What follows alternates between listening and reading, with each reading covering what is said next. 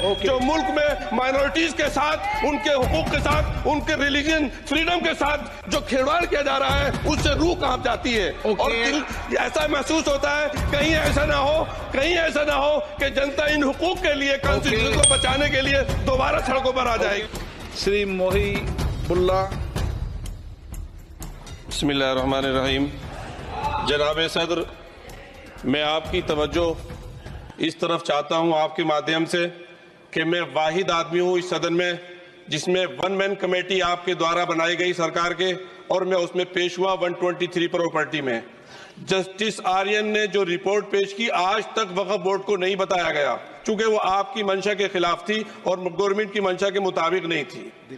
123 property में जब मंशा के खिलाफ हमारे नहीं आई, मंशा के मुताबिक नहीं आई, तो हमने 2 मैन कमेटी बनाई और 2 मैन कमेटी ने भी कोई रिपोर्ट वक्फ बोर्ड को नहीं दी, जबकि वक्फ एक्ट जो है 1995 जो है वो पार्लियामेंट से पास शुदा है कि हम पार्लियामेंट के जो एहतराम है उसका नहीं कर रहे, उसके हुकूक का। इसी तरह से सर सूबाई हुकूमतों को इख्तियार दिया गया। सर हिंदू एंडोमेंट में जो कर्नाटका और तमिलनाडु में है वहां कोई मुस्लिम नहीं हो सकता, और 26 में आर्टिकल 26 का वायोलेशन है। 4 धाम में ये लिखा हुआ वाज़े तौर पर कि सिर्फ हिंदू होगा। बिहार उड़ीसा में भी यही लिखा हुआ है। पंजाब हरियाणा में गुरुद्वारा प्रबंधन कमेटी में सिर्फ सिख होगा ओनली, और ये उनका अधिकार है जिसको माना गया है। लेकिन मुस्लिम के साथ में यह अन्याय क्यों है? और सुन लीजिए सर मैं आपकी तवज्जो के चाहता हूं, दुनिया का सबसे पहला वक्फ खाने काबा मक्के में है। क्या हम उसके ऊपर भी सवाल उठाएंगे कि वहां पर भी हमारा कोई हिंदू भाई हो?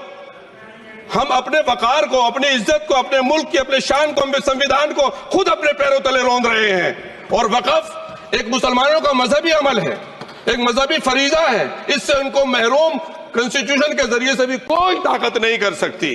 सर ये हम बहुत बड़ी गलती करने जा रहे हैं जिसका खुमियाजा हमें अभी नहीं, सदियों तक हम भुगतते रहेंगे, क्योंकि हम खुद अपने कॉन्स्टिट्यूशन को, संविधान को, उसकी पामाली कर रहे हैं। अगर हमें इस सिलसिले में, मैंने सर पूरा मैंने उसको मध्यम से पढ़ा है, और मैंने पूरी 40 तरामीम जो उसमें गलत है उसको लिखकर जो है वो मैं लेकर आया हूं। सर इसके जरिए से सरकारी अमले को बाज़ाब्ता तौर पर यह हक आखिर तो कलेक्टर को दिया जा रहा है, सर्वे कमिश्नर के इख्तियारात खत्म किए जा रहे हैं। आखिर सर्वे कमिश्नर भी तो गवर्नमेंट ऑफ इंडिया का होता है। सर ऐसे कैसे कर सकते हैं हम? और फिर सर उसमें मेरे मजहब के मुतालिक चीजें हैं तो वो कैसे कोई दूसरा तय करेगा? क्या कुरान में क्या लिखा है, फिक़ा में क्या लिखा है, इस्लाम में क्या लिखा है, ये आप तय करेंगे या मैं तय करूंगा? सर इससे हम मजहब में दखल अंदाजी कर रहे हैं, इंटरफेरेंस ऑफ द रिलीजन कर रहे हैं। सर इस तरह के कवानीन से मुल्क की साख को नुकसान पहुंचेगा।